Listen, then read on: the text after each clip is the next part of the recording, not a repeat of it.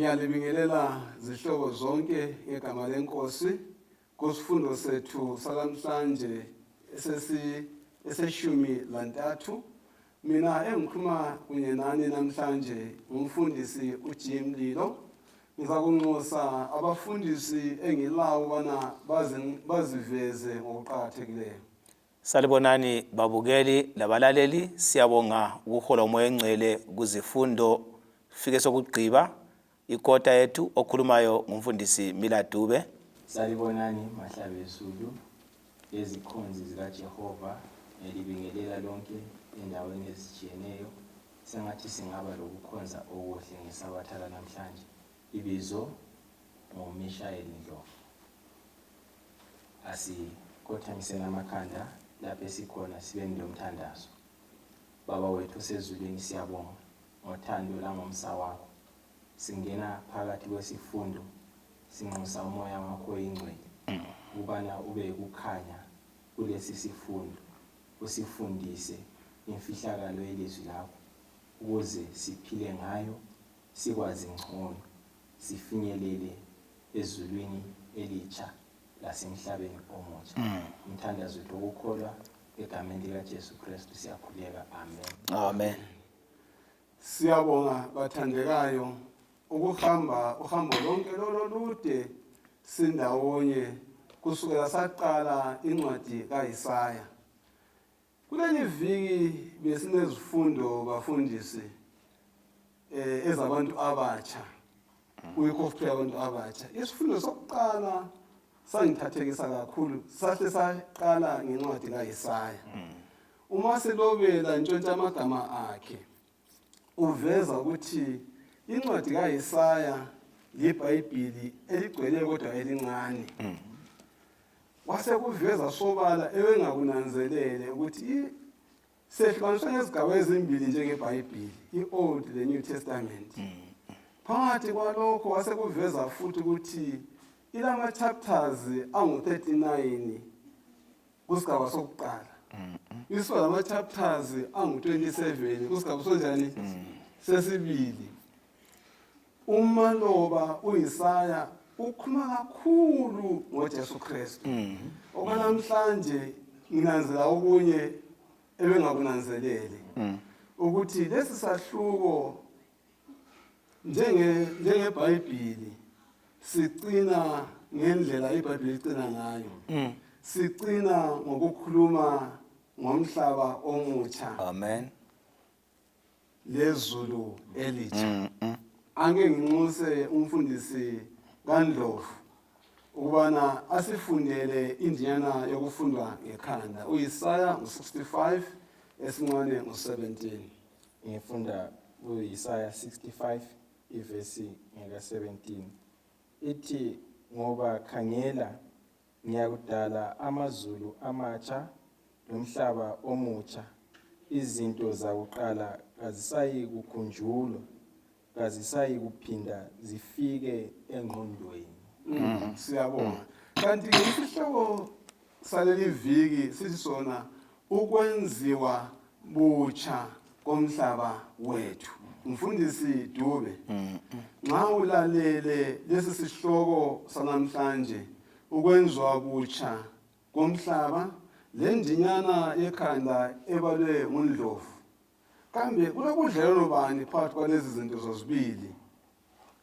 Siyabonga mfundisi labalaleli. Ngelesilungu nxa uyikhangele ithi ukuzalwa, rebirth, ukubunjwa kabutsha komhlaba onalo. Kuhle kusilethele ukuzisa abalaleli ukuthi kuvela umhlaba usugugile. Kwenze uyisabhale kanje ukuthi singakhangela umhlaba akulanto enhle. Umuntu angazalwa uyakhula, uyaguga, buyele ekutheni anyamalale. Umhlaba lo wabakhona ngesono sokulezehlakalo. Sikhuluma ngabatsunami, sikhuluma ngeCovid, sikhuluma ngobudlwangudlwa ngokulwa kwabantu langendlala. Konke kuyikuguga. Olobayo ke uthi umhlaba lo uza kubunjwa kakutsha. Yikho sesithena kuza kudalwa ke izulu elitsha. Ngani? Ngoba ezulwini kathesi uSathane wakwanyathela khona nguyonayo wathi engcolisile. Kuze emhlabeni la wazohlala phakathi komhlaba ungcolisile.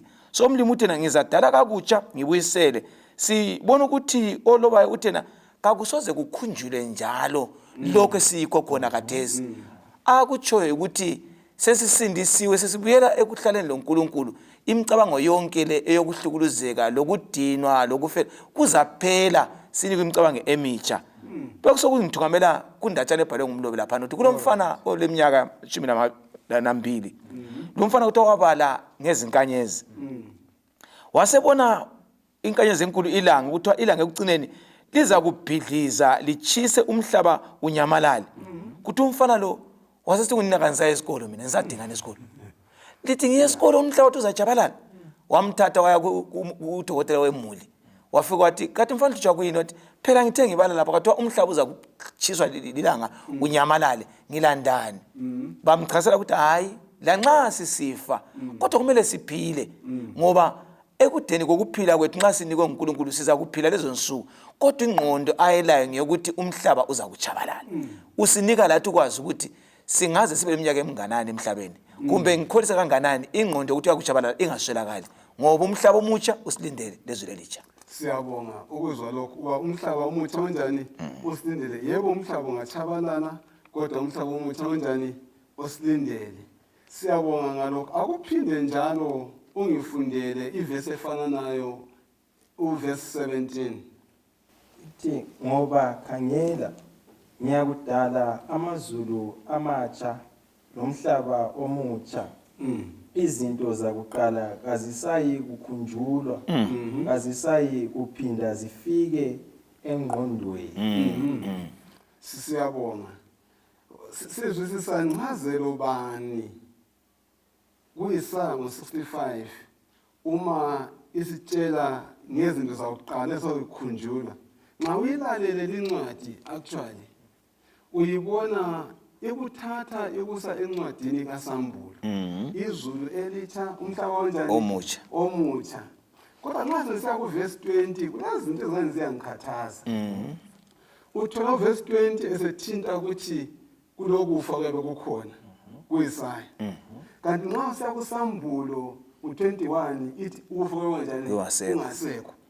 Ungaku 23 kulabantwana abazalwayo uye kuTestament elitsha kulokho ngu20 verse ka20 ngo35 isitshela ukuthi asoze kuchadwe nokwendiswa ngaphi ekhaya kababa ezulwini.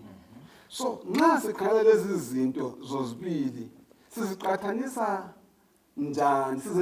njani ubana sizwisisa vele uYisaya ukhuluma ngani kaNdlovu akusitshele laphana kuyini okuzwayo kule ndawo. Ngisukela kundinyana yokwaziwa ngekhanda inkundla ezikhona emhlabeni ezemvelo zididekile kunjalo ngemeko yemvelo eyiyo yona namhlanje bathi nxa bekhangela babona ukuthi izinto zonke zisala zideteriorate zisehla uhlonzi nokuba yikho kwakho banxa bebalisa babalisa into ukungcoliswa komoya lokungcoliswa kwamanzi ngenxa yabantu abangaphathi kuhle imvelo bese besithi lokuchisa kwelanga kuyala kulokho kukhwela imihla lemihla ngakho ke umhlaba uyabubula nemvelo iyabubula konke kufisa kumbe ukhangelele ukuthi kube kutsha abantu bafisa ukuthi izizukulwane ezizakuza lezi ukuthi asizameni ukuthi sigcine khonokho okuvele kukhona ukuze izizukulwane ezizayo zithole umhlaba ongaphileka kiwo. Ngakho ke indinyana yokwaziwa ngekhanda lapha ithi yona abafundisi khangela ngoba khangela ngiyakudala amazulu amatsha nomhlaba omutsha amazulu amatsha nomhlaba omutsha ipollution eningi yenzakala emazulwini kumbe emkhathini lapha nomhlaba omutsha izinto zakuqala kazisayi kukhunjulwa azisayi kufika engqondweni ngezinye indlela kukho konke lokho silokukhangelela ubutsha emvelweni silokukhangelela ubutsha emazulwini lasemhlabeni.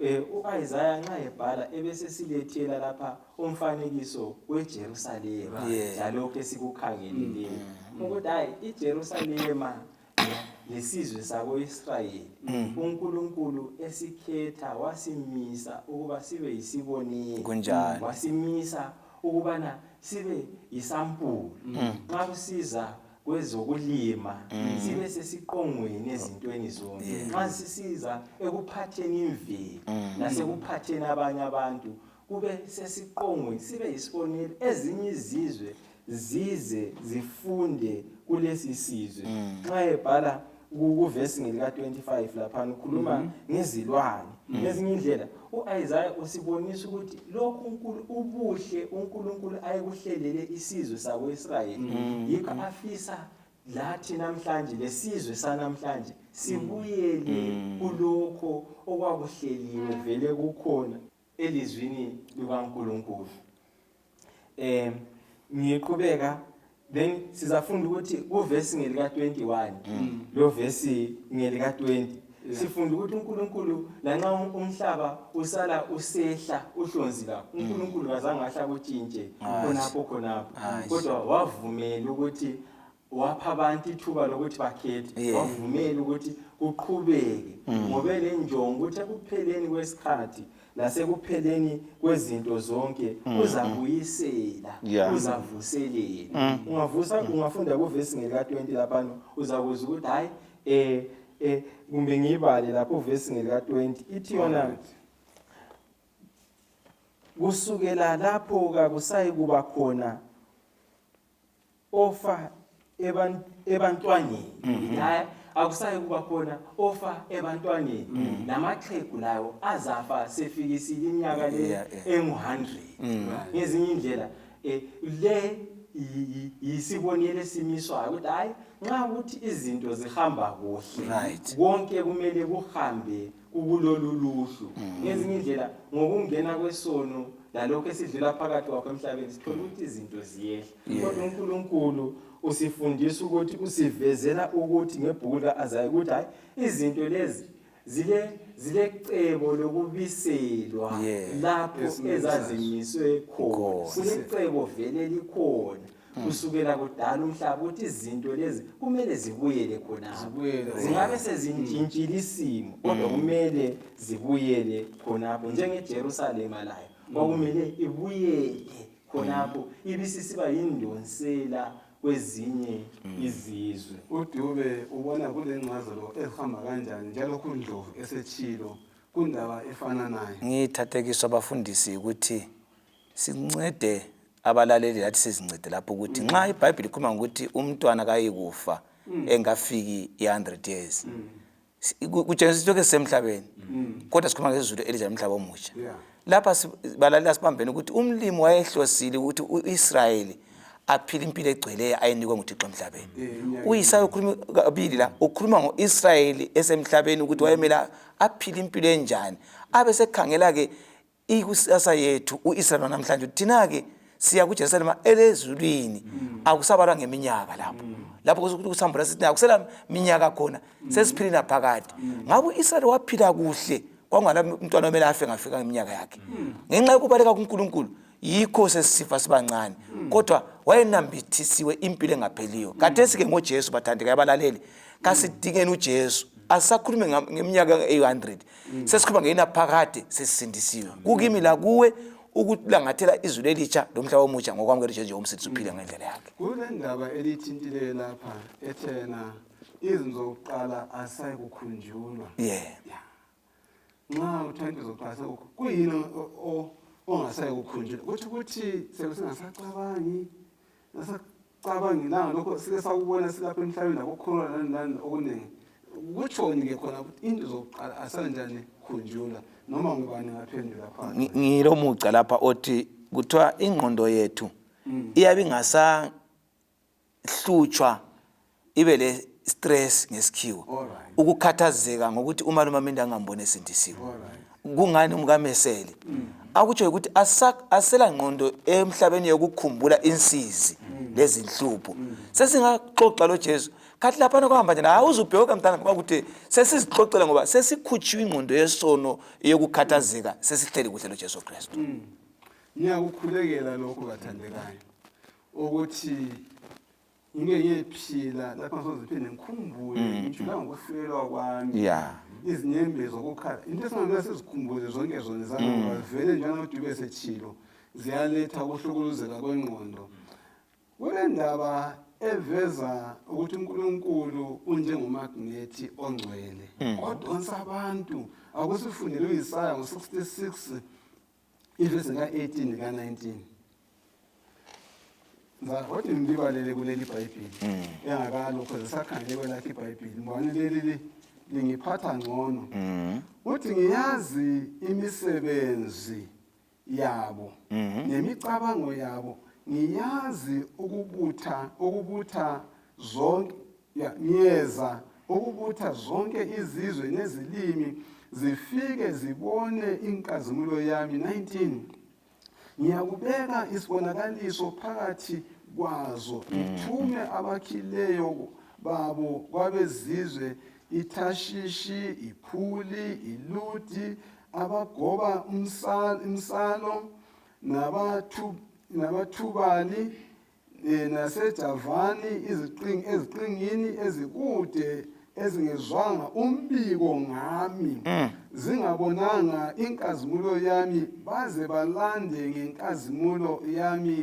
ezizweni nansi indaba kaYehova obutha ini izizwe kutshona ukuthi uNkulunkulu usebenza njengomagnethi odonsela izizwe kuye Ndlovu ubona ukutshona ke la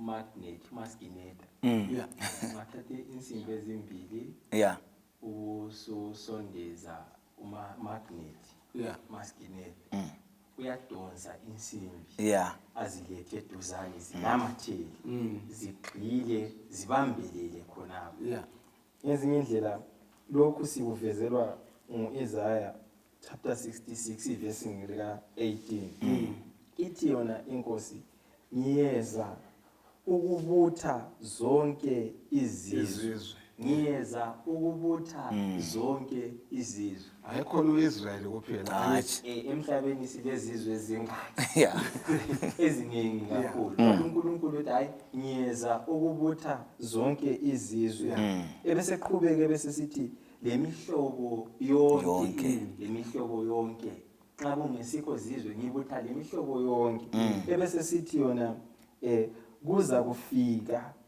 kuza kufika kubonwe ubukhulu bami ngezinye indlela uNkulunkulu nxa esiza ukubuthi izizwe lemihlobo yonke bonke laba bantu babuthwa baza kubani uNkulunkulu babone ubukhulu bukabani uNkulunkulu xa kukhona isizwe asithi khonapha elakithi eZimbabwe nxa kungenzeka ukuthi kukhona isizwe esingakaboni lokunanzelela ubukhulu kaNkulunkulu uNkulunkulu uthi hayi ebantwini abanjalo ngilendlela eziningi engazenza ukufinyelela izizwe ukuze ngizibuthe zize kimi zibone ubukhulu bukabani ubukhulu bukaNkulunkulu ngezinye indlela uNkulunkulu uyanakekela uNkulunkulu uyafisa ukuthi abisele abantu kulokho kukhangelela ukuthi babe yikho khona and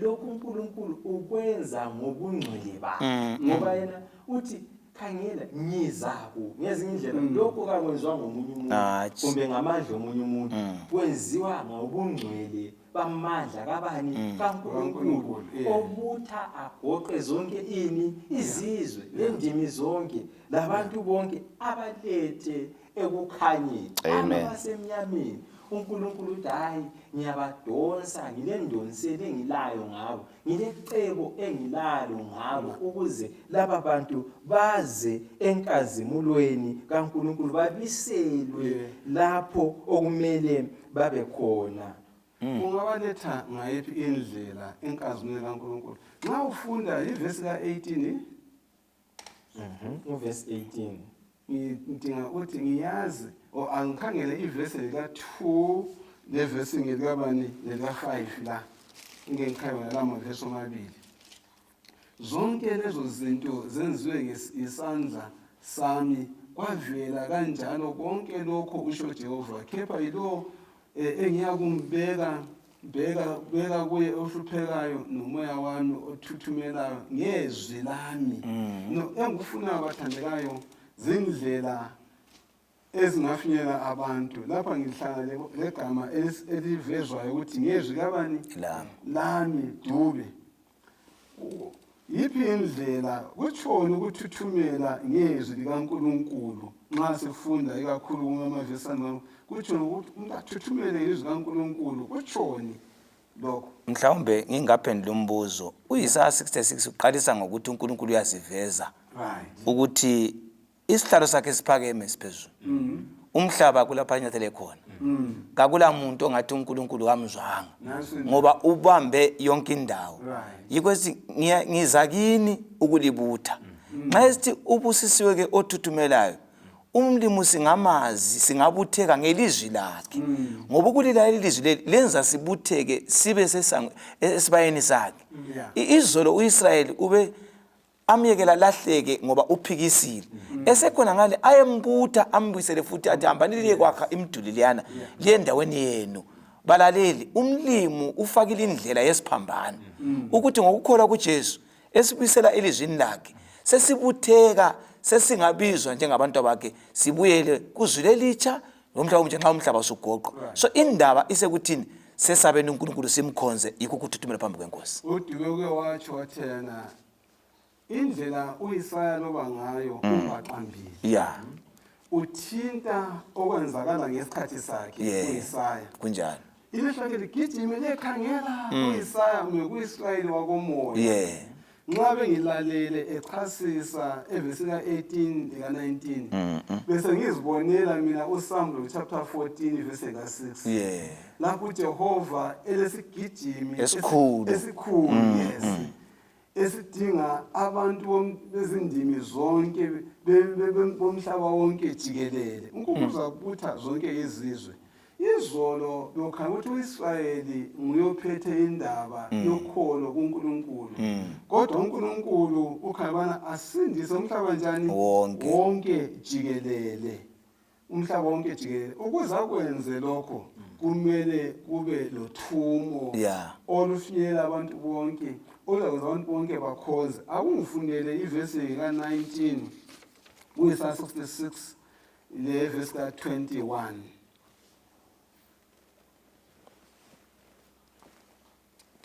ngibambe uTimothy ifunde alright yeka ngifunde lapha ngibe sengikuphangisela uthi ngiyakubeka isibonakaliso phakathi kwazo ngithume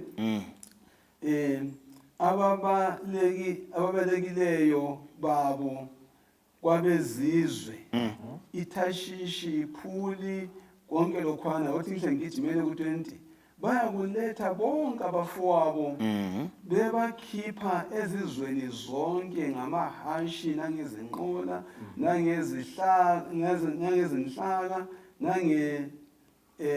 minyuzi nangamakamela babe ngumnikelo kaJehova babe entabeni yami engcwele iJerusalema uthi uJehova njengalokho abantwana bakwaIsrayeli bekuletha umnikelo wabo ngesitsha esihlambulukileyo endlini kaJehova 21 nakubona ngiyakuthatha abapristi namalevi uthi uJehova nansi indaba ivesi le isitshela kathesi kubana laba bantu abasindileyo lele lesizwithi ababalekileyo kodwa laba njani abasindileyo ngabasindisiweyo ngawufaka leyo ndlela ke yithi laba bantu baza kusebenza ukuthi bayiletha bonke laba bantu beze kuJehova njengomnikelo uNkulunkulu njengoba uIsrayeli eletha umnikelo ohlambulukileyo uNkulunkulu fundisi Ndlovu amen fundisi Dube ngifuna ukuthi ngithi Dube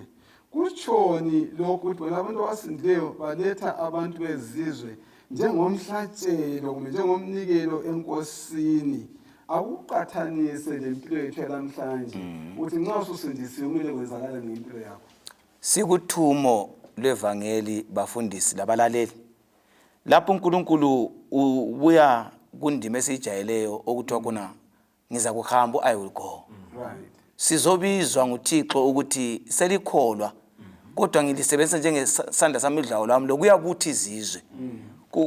UIsaya ufuna ukusitshengisa ukuthi umlimi nxa esindisa umuntu usebenzisa yena ukuyadinga omunye amtshile emuva ukuze sonke sibuthe, ngoba kayisikuthi ungathola ivangeli sokumele usuthiseke wena, ngoba nxa kusasela umuntu ongabi kwazi iqiniso kumele simlande siyexoxa laye ngoJesu ngoba lathi silandiwe. Lapho Isaya kuyafithizela ukuthi uza kusebenzisa abezizwe nasebephendukile njengama missionaries labo abathunyiweyo labathungameli labo asebezwile uNkulunkulu ukuthi ufuna benzeni. So sifunda lapho ukuthi baletha imihlatshelo njengezipho. Umuntu ophendukileyo nxa ubuya laye kuKristu uyisipho kumlimi. La nxa esiyadinga umunye uletha isipho. So indaba yomnikelo ayimi kuphela emalini.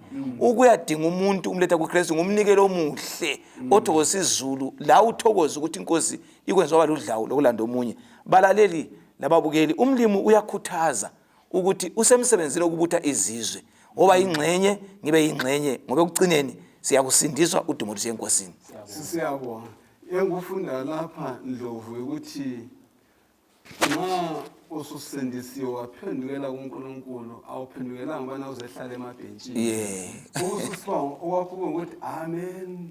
Engatshumayela awuzibani amen. Ngizwa udume lapha eveza ukuthi nxa sengiphendukile ngibizela ukuthi lami ngiyebiza abanye abantu. Kanti indaba le nxa uyilandela kaNdlovu bathola ukuthi isithatha isisuse ekuthini uIsrayeli ngokwakhe wayephethe indaba njani zosindiso anti sindawona. Ibe siletha ke enye into engani yangikhathaza. Phela izolo wawuthi unguIsrayeli ungafunda incwadi kaNumbers oLevi ngale.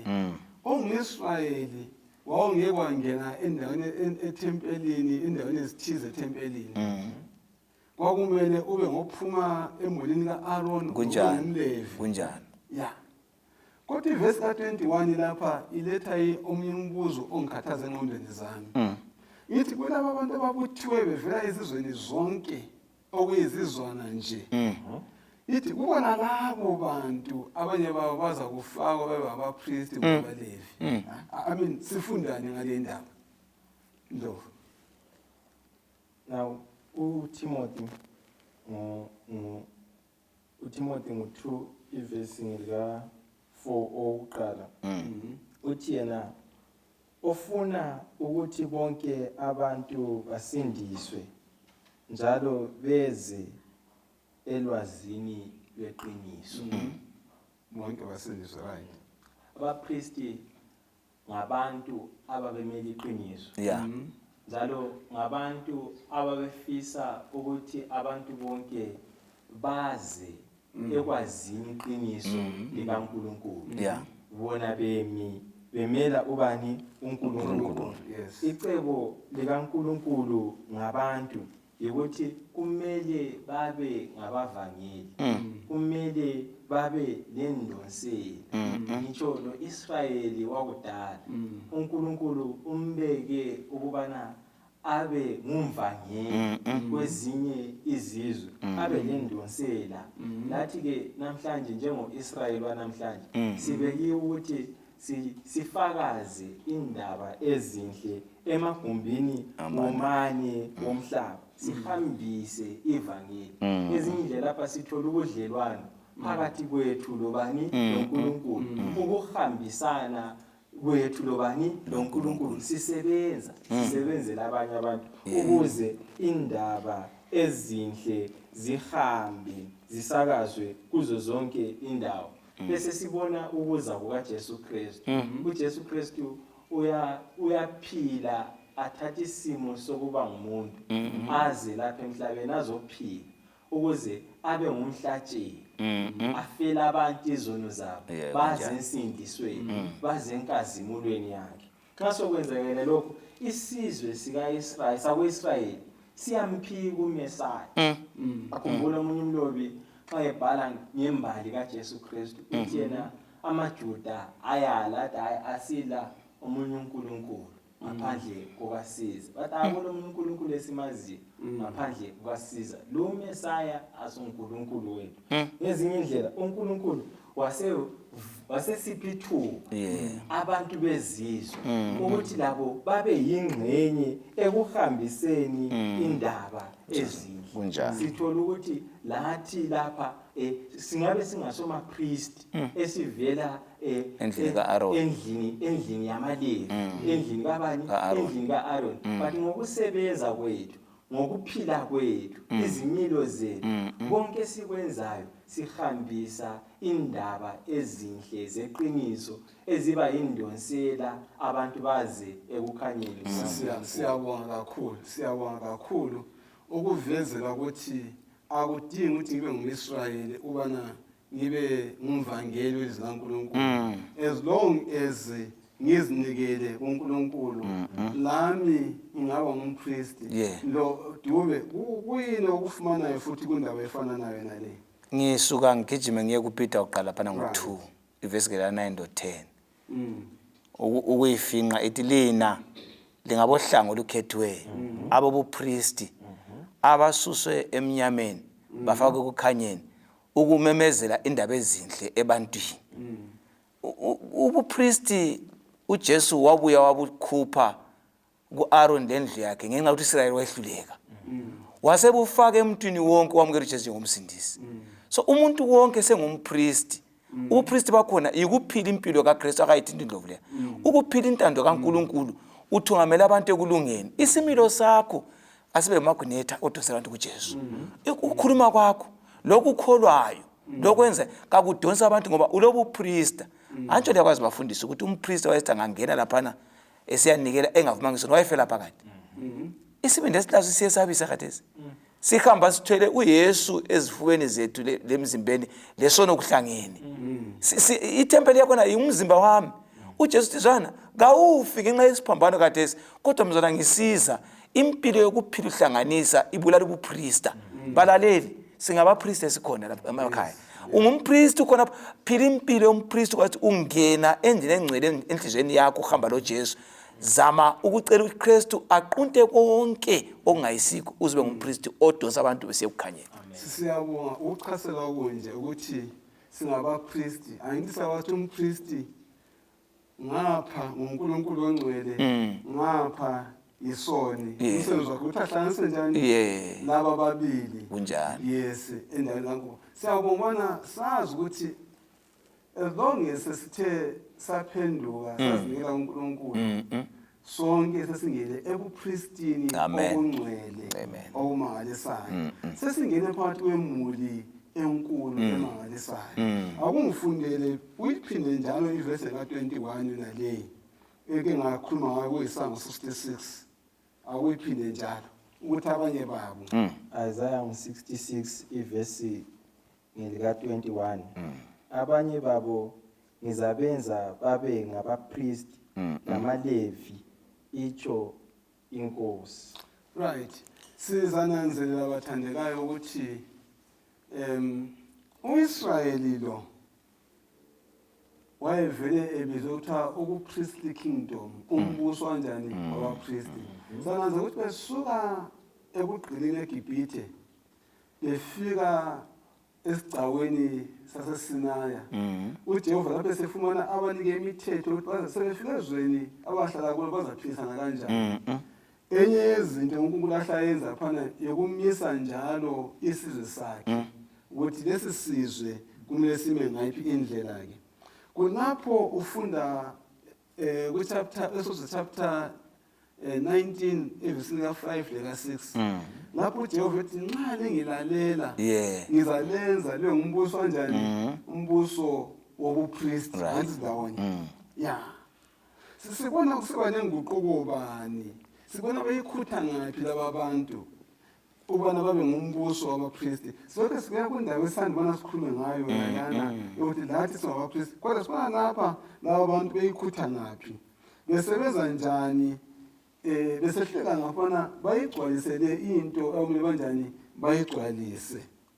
Ukwakuthinta umfo kaNdlovu lapha ubana uIsrayeli wehluleka umlimi wasevulela abezizwe. Ungasho ukuthi lesi siprofit sokuhlala kusagcwalisa kanini. Ngiyakhonapho ukuthi ngo-1834 Alright.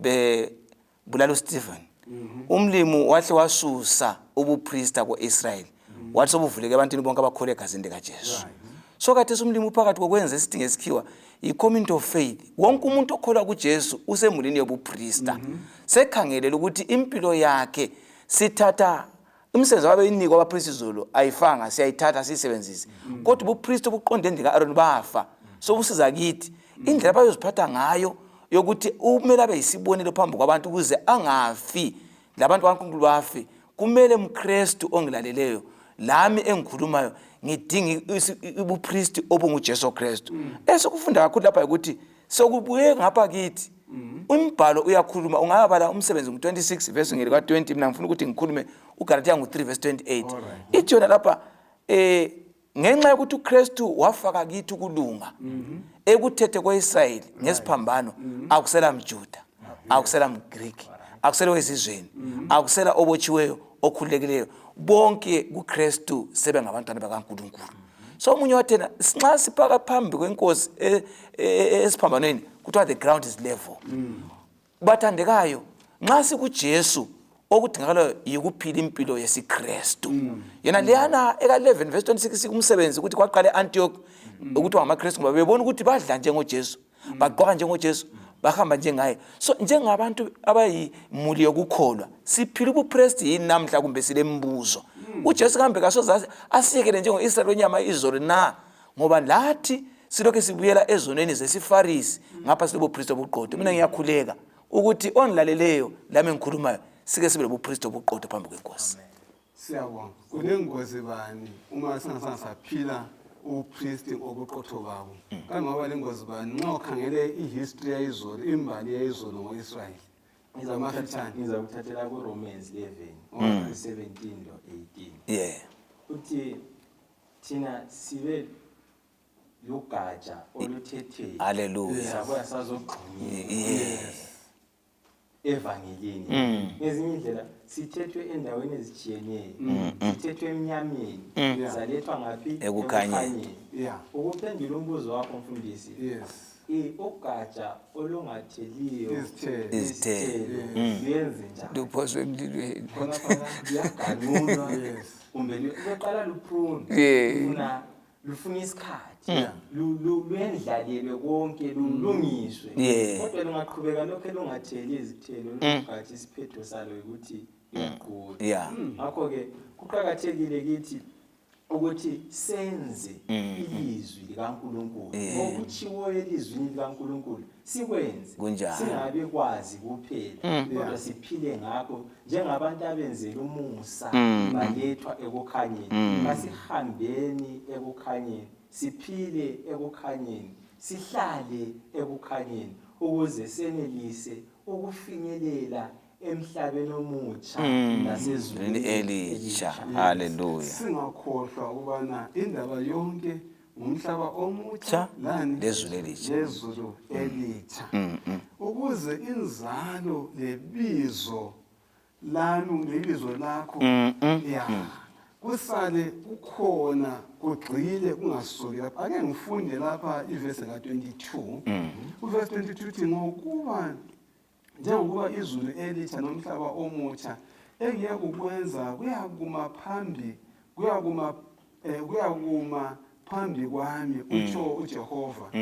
Kanjalo kuyakuma inzalo yakho negama lakho kusukela ekuthwaseni kwenyanga kuye kwenye kusukela kwelinye isabatha kuye kwelinye yonke inyanga iyakufika ukhuleke phambi kwami utsho uJehova.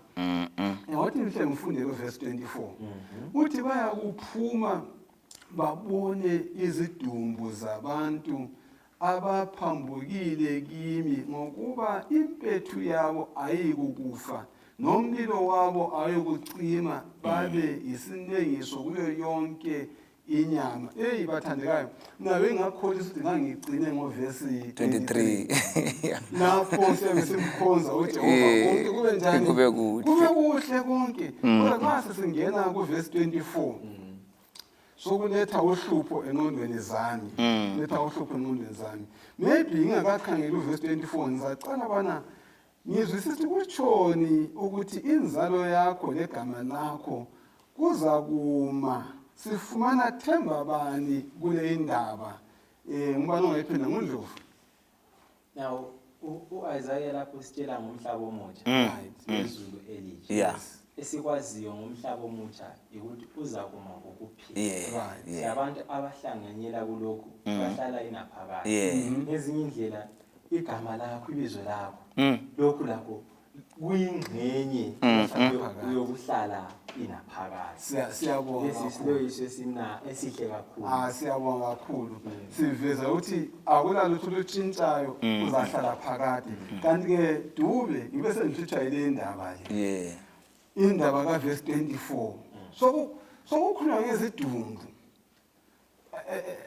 Ngithi abaphambukile kimi ngoba impethu yabo iyakuba iyahlala lo mlilo wangikhona ukucima. Angisazwisisi ngoba nxa usiya kuTestament elisha isiveza ukuthi sebehonqozela eJerusalema kuza kuvela umuntu ozabashisa kuphelenya uJehova esedala kakutsha lomhlaba. Kanti lapha ke uphambana ngaphi? Awusichasisele umlilo ongacimiyo. Sike sakhuluma abalaleli labafundisi lapho ukuthi uIsaya ubhala kabili. Ukhangele uIsrael uthunjiwe le. Uphakathi eminyameni eBhabhiloni. uIsaya ukhuluma ngayise ngale uzabona bazibona izidumbu zabantwana bakaFaro. Bazibukela bona besindisiwe. Ukhuluma engathi mina ngumbukiso awulethayo ukuthi kuzayenzakala kwaIsrayeli ukunambitha izulu lokuhlaliseka sebenqobile. Kodwa esiya kulizulu leli akulasikhathi sobukela izidumbu ngoba kuthiwa khona iNiniva yafa yatsha yaphela lakathi ayikho. So iqiniso ngelokuthi umhlaba omutsha lezulu elitsha akulazidumbu ezabe zikhona.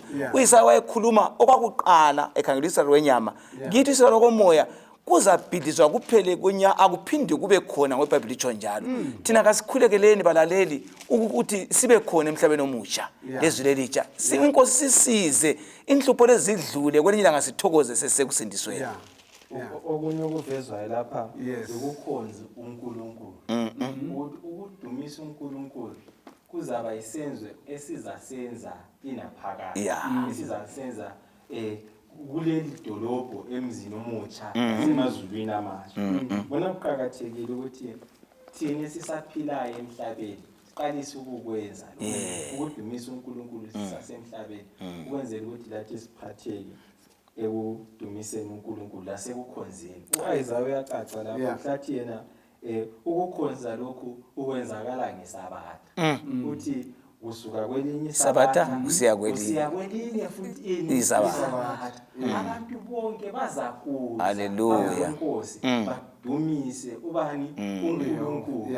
Kuhle kusivezeleke ukuthi kuqhakathekile ukukhonza iSabatha. Ngosuku kamlimi lo.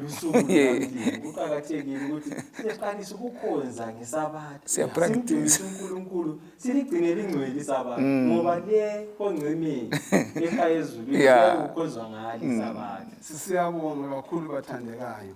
Njalokho esechilo uDube watsho loNdlovu bana siyabe sikhonza uJehova. Kanti futhi indaba yezidumbu lomlilo ongacimiyo.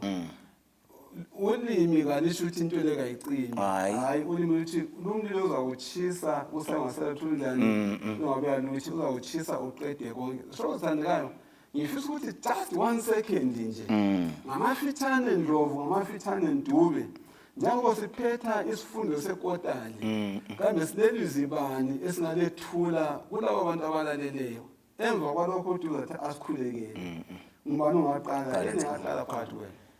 Mina ngithanda ukuxwayisa abalaleli lababukeli ukuthi kukho konke esingakwenza ivangeli elingasifikisi emhlabeni omutsha lasemazulwini amasha liyize.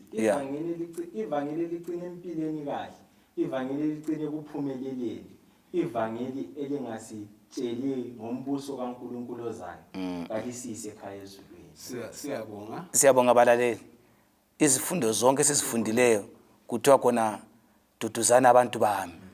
Ngenxa ukuthi izulu elitsha lomhlaba utsha kuyeza duduzekani sisenkosini asikhuleke nini. Baba wethu siyabonga ukunikwa isithembiso lesiqiniselo esihle sokuthi lanxa kunjalo umhlaba omutsha lezulu letsha kuyeza. Usifundisile, sicela usikhumbuze, sihlale sikhangelele lokho sithembise khona ngelizwi lakho nje. Siyabonga, siyakhuleka. Amen. Amen.